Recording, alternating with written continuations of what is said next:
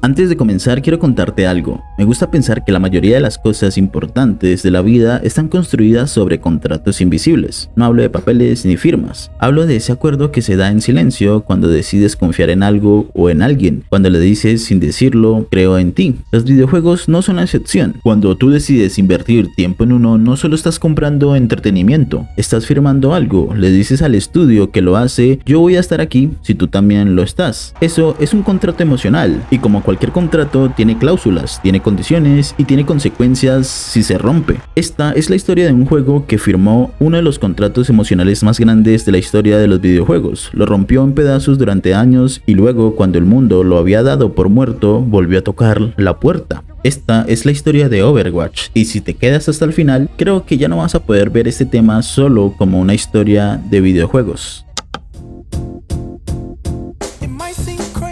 Blizzard Entertainment, el mismo estudio que había construido World of Warcraft, el MMO más grande de la historia, llevaba 7 años trabajando en secreto en un proyecto que llamaban Titán. 7 años, cientos de personas, un presupuesto enorme, y en 2014, en una decisión que debió doler profundamente a todos los involucrados, lo cancelaron todo. Era demasiado ambicioso, demasiado difuso, nunca vio la luz. Lo que quedó fue un grupo de 40 personas, sin proyecto, sin dirección, con semanas para demostrar que todavía valían algo como equipo. Y en esa presión, en esa angustia de casi no existir, surgió algo que nadie esperaba. Una idea sobre un mundo futuro, colorido, esperanzador, donde el conflicto global había terminado y el mundo todavía tenía posibilidad. Un shooter de héroes, no de soldados, no de clases genéricas, de héroes, cada uno con una historia, una personalidad y un lugar en el mundo. Lo llamaron Overwatch.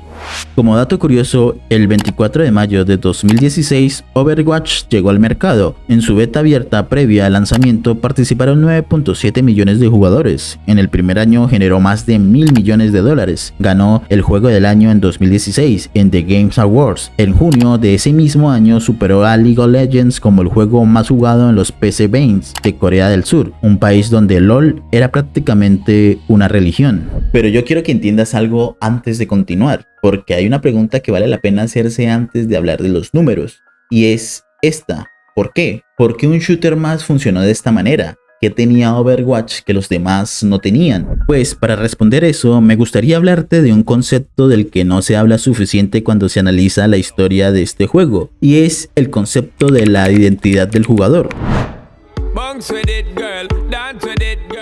Todos los días, millones de personas en el mundo se conectaban a un juego que hacía algo que casi ningún shooter antes había hecho: hacerte sentir que pertenecías ahí, sin importar cómo jugabas. Pero eso era la fachada de la respuesta. La pregunta real es, ¿cómo lo hacía? ¿Cuál era la estructura detrás de todo? Pues mira, dentro del mundo del diseño de videojuegos y de la psicología del entretenimiento, hay un investigador llamado Nick G, conocido por sus estudios sobre la motivación de los jugadores en entornos online. G identificó que los jugadores no son todos iguales. Algunos buscan dominar, otros buscan socializar y otros buscan lo que él llama la inmersión, la capacidad de sentir que son parte de un mundo. Overwatch, de manera casi perfecta, satisfacía a los 3 grupos a la vez, y lo hacía con un mecanismo muy específico.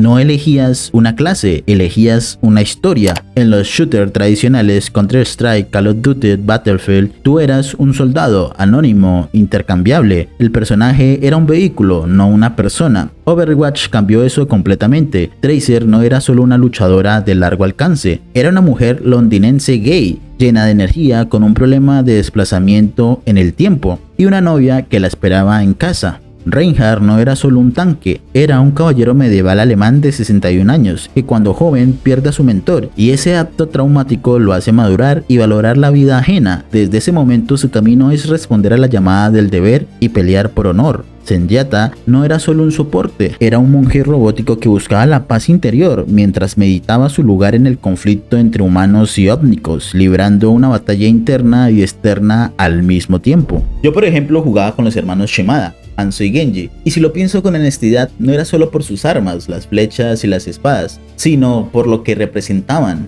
2 hermanos criados bajo el peso del honor, obligados a heredar un imperio criminal, atrapados entre el deber y la culpa. Hanzo creyó que había matado a su propio hermano por cumplir con lo que se esperaba de él, y Genji sobrevivió reconstruido con algo que ya no era completamente humano, cargando el recuerdo de una traición que no solo fue física, fue emocional. Esa historia no se sentía como un simple lore secundario, se sentía como una herida abierta. Porque para mí Hanzo reflejaba lo que yo sentía en el 2016, ser el hermano mayor que cometió errores, cargaba con culpas y heridas que habían lastimado a mis seres queridos. Y esa visión en un videojuego que en teoría es un hero shooter frenético era profundamente humana. No eran solo habilidades, era una conversación pendiente entre dos hermanos que nunca cerraron bien su historia. Y aprovechando este momento me gustaría que dejaras en comentarios con cuál héroe te identificabas o te sigues identificando. Me gustaría leerte y saber qué significa o qué representa ese héroe para ti. Te estaré leyendo en comentarios.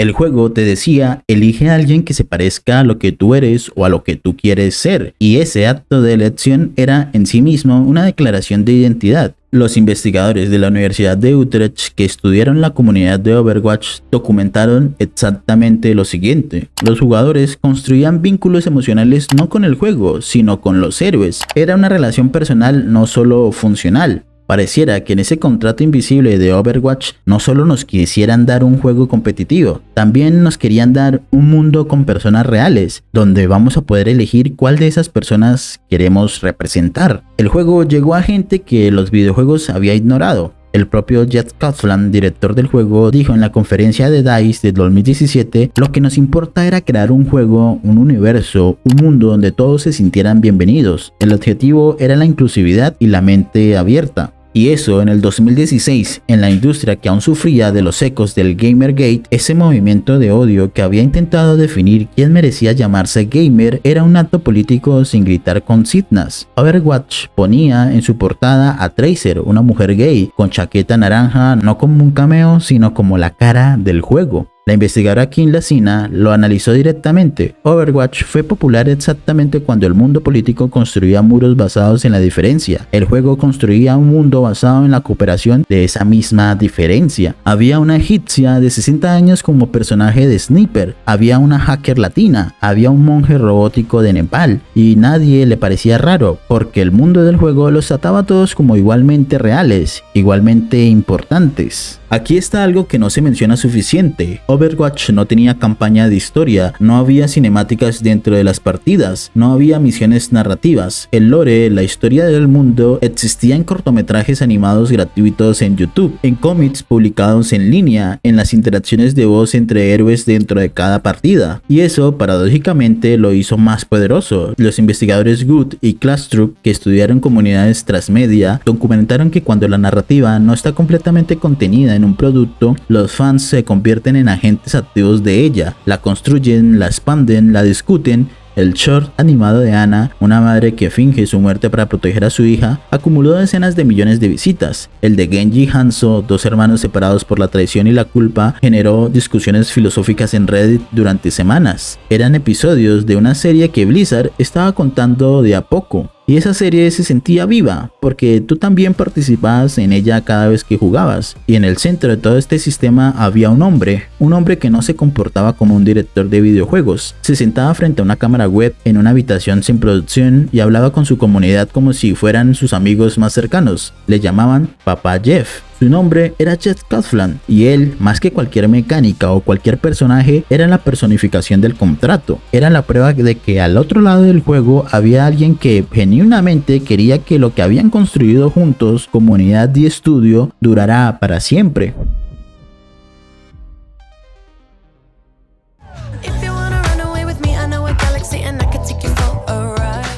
Tras su lanzamiento en 2016, Overwatch se convirtió en un fenómeno cultural, ganó el premio al Juego del Año en The Games Awards, impulsó ligas profesionales como la Overwatch League y consolidó el género del Hero Shooter, pero mientras el público celebraba, internamente el juego empezaba a enfrentarse a algo que no se ve. Un día, el hombre, que era el contrato invisible, se fue. Pero para entender por qué eso lo cambió todo, primero tengo que contarte lo que estaba pasando antes de que se fuera, porque el deterioro no empezó desde su salida, empezó como suele pasar con la mayoría de las cosas que se rompen, mucho antes de que alguien lo notara. Desde finales del 2018, el juego vivía una crisis de identidad competitiva. El meta, la forma de jugar que era más eficiente, se había vuelto insoportable para la mayoría. Primero fue la composición GOATS, 3 tanques, 3 soportes, 0 espacio para hacer algo individual. Luego fue la era del doble escudo, donde Reinhardt y Sigma se ponían uno frente al otro y las partidas se convertían en una sala de espera lenta y frustrante. Blizzard tardaba meses en responder a estos metas y mientras tardaba, el mundo no esperó. En febrero del 2019, Respawn Entertainment lanza Apex Legends sin aviso. En 72 horas tienes 10 millones de jugadores, en un mes 50 millones. Es gratuito, rápido, visualmente brillante, el mundo de los shooters se mueve de golpe. Ese mismo año, en la BlizzCon del 2019, Blizzard anuncia Overwatch 2. Promete lo que la comunidad lleva años pidiendo, un modo PvE narrativo completo, con árboles de habilidades para cada héroe, misiones jugables, historia real. La audiencia explotó de esperanza, el contrato se renueva, o eso parece. Más tarde, en junio del 2020, Riot Games lanza Valorant, el shooter táctico con habilidades que captura a los jugadores competitivos que Overwatch había decepcionado. Streamers importantes, jugadores profesionales, creadores de contenido, muchos migran en silencio. Y para el 20 de abril del 2021, Jeff Kaplan abandona a Blizzard tras 19 años trabajando con ellos. No hay drama público, solo una carta breve, cálida, sin detalles, una despedida silenciosa que hizo más ruido que cualquier escándalo. Ese 20 de abril fue para miles de jugadores el día en el que el juego murió, y no fue por falta de actualizaciones o por un meta tóxico, fue porque el garante del contrato ya no estaba ahí para firmarlo. Y aquí quiero pausar para analizar algo, porque creo que es la clave de todo lo que va a seguir. ¿Por qué la salida de una persona puede hundir a una comunidad? Hay un concepto en la psicología de los grupos llamado el representante simbólico. Cuando una institución o producto tiene un portavoz que se comporta como un miembro de la comunidad, no como un ejecutivo, no como un PR, sino como alguien que genuinamente ama lo mismo que tú amas, esa persona se convierte en el puente entre la empresa y la gente. Todo el bien que tú le atribuyes a la empresa pasa por esa persona. Jeff Kaplan era eso, era el puente. Cuando él hablaba, los jugadores no escuchaban a Blizzard, escuchaban a una persona tal cual como ellos. Y cuando ese puente desaparece, algo muy extraño pasa. El bien ya no llega, pero el mal sí lo hace, porque el mal, las malas decisiones, los sistemas de monetización agresivos, las promesas incumplidas, no necesitan un puente, llegan solas. Por eso, la salida de Kaplan fue un quiebre, no porque él fuera irreemplazable como diseñador, sino porque era la forma en la que la confianza viajaba entre Blizzard y su comunidad. Y cuando esa forma desaparece, la confianza no encuentra otro camino, solo se evapora.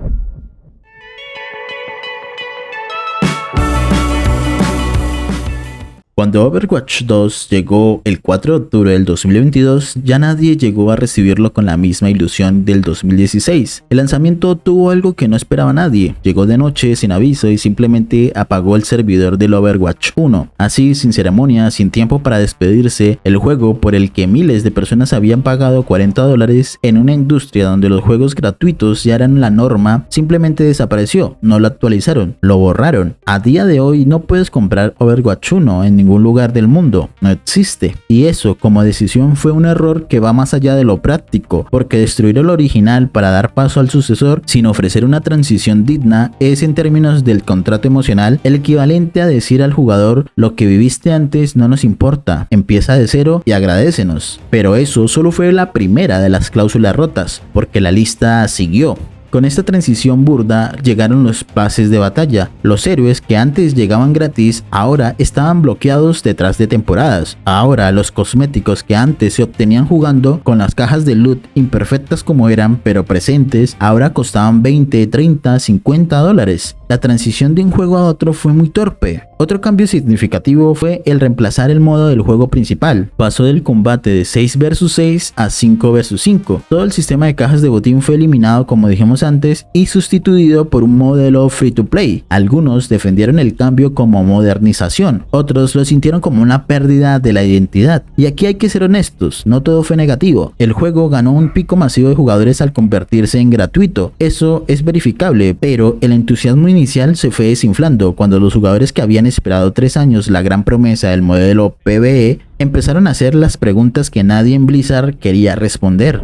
El 16 de mayo del 2023, el director del juego Aaron Keller apareció en un live stream para anunciar algo que la comunidad temía desde hace meses. Blizzard cancelaba el modo Hero Missions, no lo retrasaban ni lo rediseñaban, lo cancelaban para siempre. Recordemos que el modo PvE era la razón oficial para que el Overwatch 2 existiera, era lo que justificaba el reemplazo del juego original, era la promesa que BlizzCon 2019 había hecho frente a decenas de miles de fanáticos que aplaudieron de pie. Era la primera mitad entera del tráiler de anuncio y en esas palabras de Keller ese día, y cito, no podemos entregar esa versión original del PvE que se mostró en el 2019. No hubo solo una promesa rota, hubo una confesión de que sabían que no podían cumplirla antes de lanzar el juego, y aún así lo hicieron de todas formas. El creador, Your Overwatch, lo dijo directamente. Aaron Keller admitió que sabían que no iban a hacer las misiones completas antes de lanzar Overwatch 2. Esa es una mentira por omisión, y nos están haciendo sentir que somos nosotros los que no entendemos. Los comentarios en el stream del World Cup ese mismo mes se llenaron del boicot Overwatch, Scan y cancelen Blizzard. Una petición en Change.org para exigir una responsabilidad llegó a miles de firmas en días. Los foros de Reddit registraron lo que los moderadores describieron como el mayor flujo de críticas coordinadas en la historia del subreddit. El título perdió un porcentaje significativo de jugadores activos en ese trimestre que Activision Blizzard reconoció públicamente en su reporte de resultados del 2023. Y aquí quiero que pausemos un momento para entender algo que creo que es el análisis más importante de todo el video, porque la rabia de la comunidad en el 2023 no era solo por el PvE, era por algo mucho más profundo y que tiene que ver con la naturaleza de la confianza misma. Porque las promesas rotas duelen más que no prometer nada. El psicólogo social Roy Lewicki, uno de los grandes investigadores en el comportamiento de organizaciones, identificó algo que él llamaba la simetría de la confianza. Construir confianza es un proceso lento que requiere muchas acciones consistentes. Destruirla es instantáneo y solo requiere una acción inconsistente. Pero hay algo aún más específico. La traición duele más cuando la confianza era aún más alta antes de que ocurriera. No duele igual que te robe un desconocido a que te robe alguien que tú conoces o sea cercano a ti. Overwatch había construido una de las comunidades con mayor confianza en un estudio de la historia de los videojuegos en línea. Jeff Kaplan, los cortometrajes, la filosofía de inclusividad, los años de updates gratuitos en Overwatch 1, todo eso había elevado el nivel de confianza a un punto extraordinario. Por eso, cuando cayó desde muy alto, y desde muy alto el impacto es devastador. No se trataba de jugadores frustrados con un juego, se trataba de personas que sentían que algo en lo que habían creído les había fallado, y esa es una experiencia mucho más personal que simplemente aburrirse de un videojuego. Por eso los streamers grandes se fueron, por eso los jugadores profesionales se fueron, por eso los foros se vaciaron, y por eso los videos de análisis de YouTube empezaron a llevar títulos como ¿por qué Overwatch murió?, con millones de reproducciones.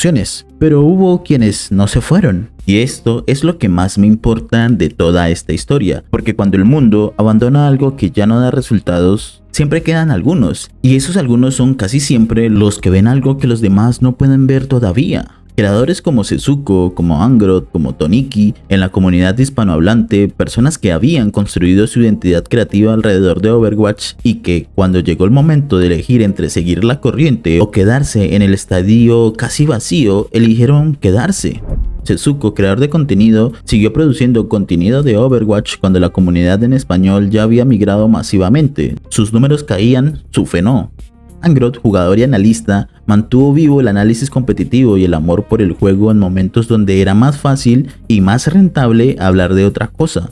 Y Toniki, voz de la comunidad, un gran referente de la comunidad hispanohablante, representó a todos los que no podían explicar por qué seguían ahí, solo sabían que algo en ese juego todavía valía la pena defender.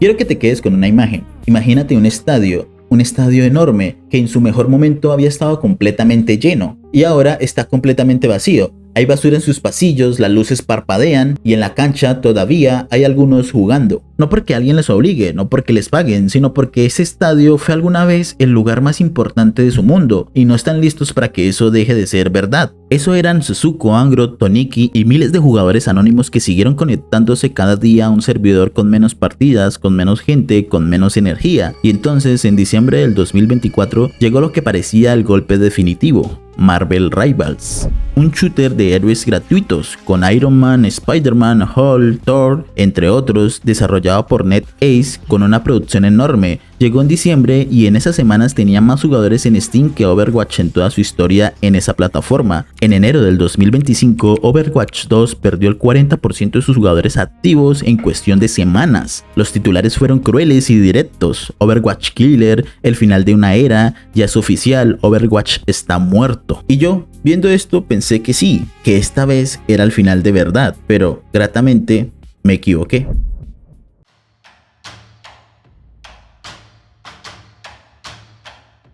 Hasta que finalmente Blizzard tuvo que enfrentarse a una pregunta que llevaba años evitando: ¿qué somos ahora? No era una pregunta sobre métricas ni sobre monetización, era una pregunta de identidad, de esas que duelen, la misma que se hace una persona cuando después de muchos años de vivir de una manera que no la satisface, tiene que decidir entre seguir o cambiar, la misma que se hacen las empresas y pocas veces responden honestamente. El 5 de febrero del 2026, Blizzard transmitió el Overwatch 2026 Spotlight y en los primeros segundos del anuncio dijeron todo. Porque lo primero que hicieron fue borrar el número 2, no con excusas, no con rodeos, simplemente dijeron: este juego ya no es Overwatch 2, es Overwatch sin número, sin bagaje de promesas incumplidas adheridas al nombre, un nombre limpio para empezar de nuevo. Eso fue el símbolo, pero lo que viene después fue la sustancia. Por primera vez en la historia del juego, 5 héroes al mismo día, no uno, no dos, 5 héroes simultáneos el 10 de febrero. Domina, Emre, Mizuki, Anra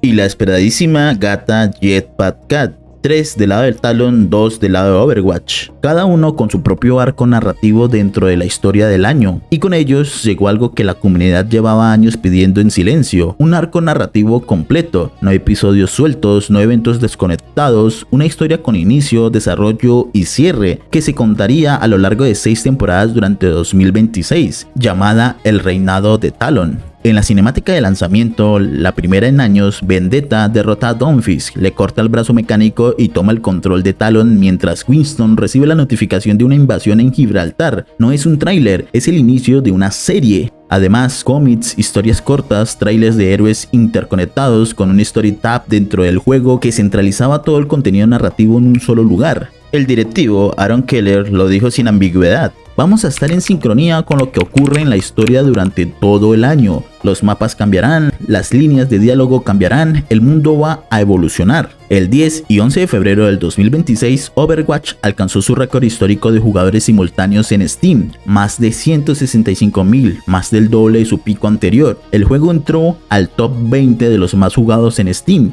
superando a Marvel Rivals. El lanzamiento fue el más grande de la historia del juego. Los picos de Twitch volvieron a cifras que no se veían desde el 2019, y a diferencia de los spikes de lanzamiento que suelen desvanecerse en días, las métricas sostenidas mostraron retención. El juego, que se suponía debía matar a Overwatch, terminó siendo superado por el propio Overwatch. Y ahí, en ese momento, está algo que me parece filosóficamente interesante, porque ese récord no fue alcanzado por un juego nuevo que llegó todo fresco y sin historia. Fue alcanzado por un juego que tenía 10 años de cicatrices visibles, que todo el mundo había visto fallar, que había sido declarado muerto por los medios, por los streamers, por los jugadores, y que aún así, o tal vez precisamente por eso, cuando volvió a pedir confianza, la gente decidió dársela.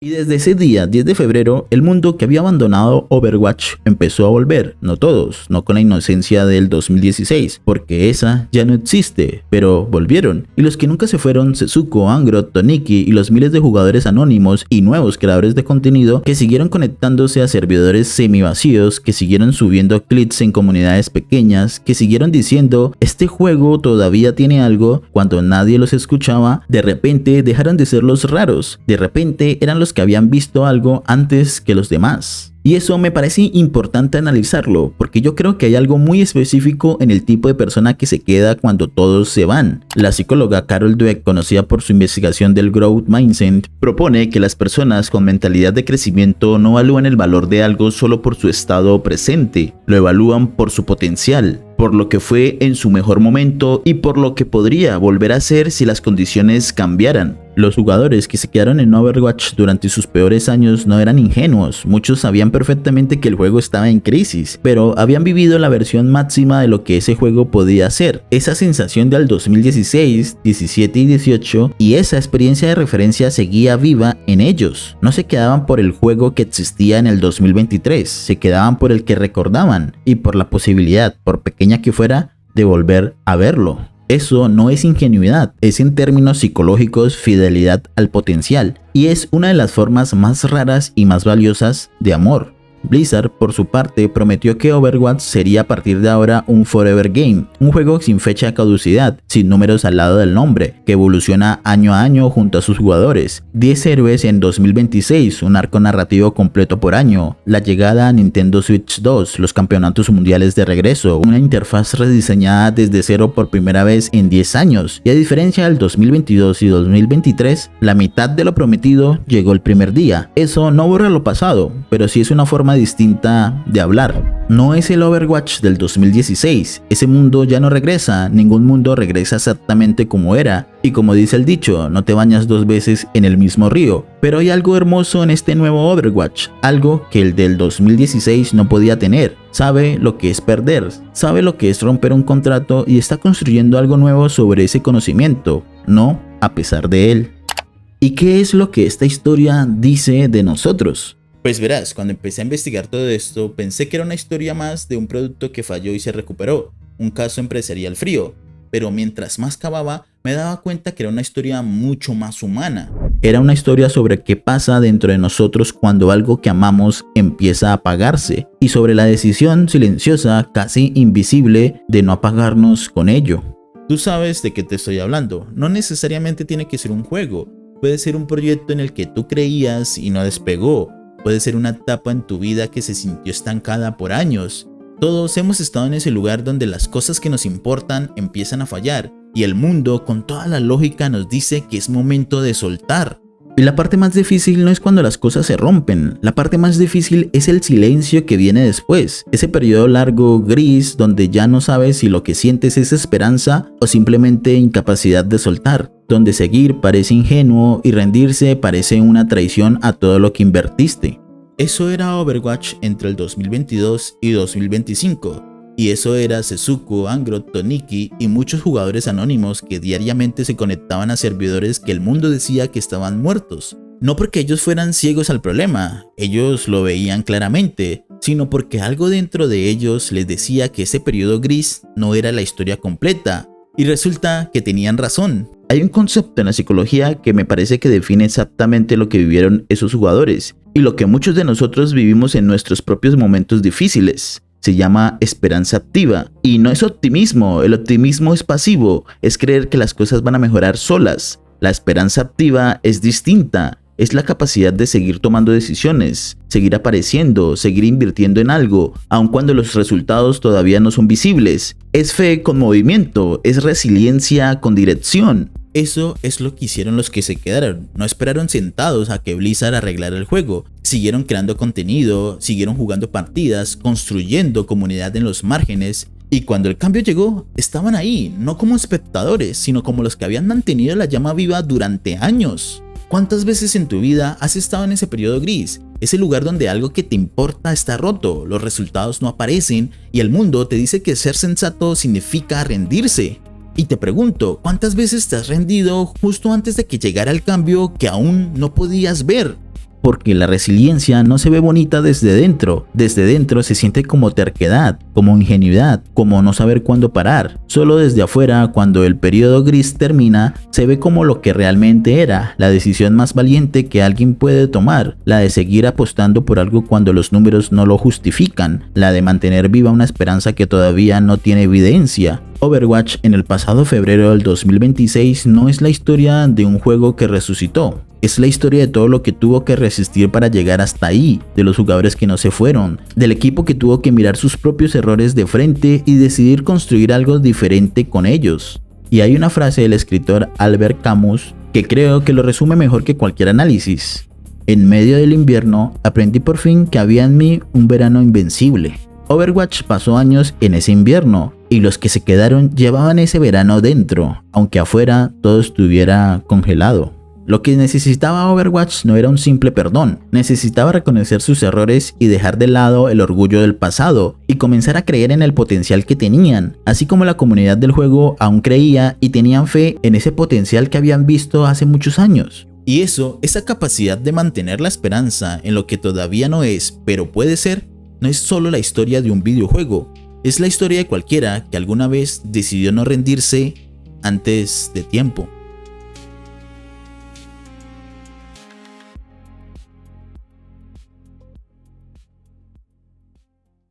Hey, me alegro que hayas llegado al final del video, y si te gustaría que analice la historia de tu juego favorito, déjalo en comentarios para tenerlo en cuenta. También te pido que te suscribas y le des like al video, así me ayudas a seguir creciendo. No siendo más, me despido, yo soy Geru y nos vemos en un próximo video.